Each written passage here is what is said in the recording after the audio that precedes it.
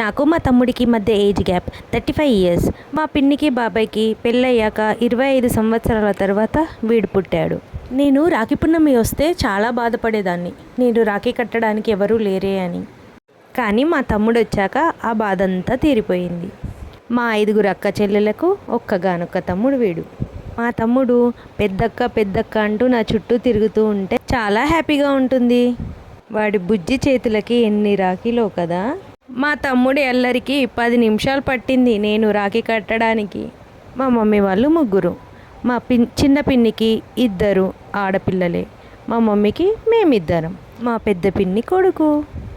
నా తమ్ముడు స్వీట్స్ అంటే పెద్దగా నచ్చవు కాబట్టి టేస్ట్ జ్యూస్ పక్కకు పెట్టేశాడు. కాళ్ళకి తల ఆనించి మరీ కాళ్ళు మొక్కుతున్నాడండి. ఇదంతా చూస్తూ ఉంటే ముందే ఎందుకు పుట్టలేదా అనిపిస్తుంది. పిన్ని బట్టలు పెట్టేసింది. కొంచెం సేపు ఆడుకొని మేము బయలుదేరి మా ఇంటికి అయితే వచ్చేసాం.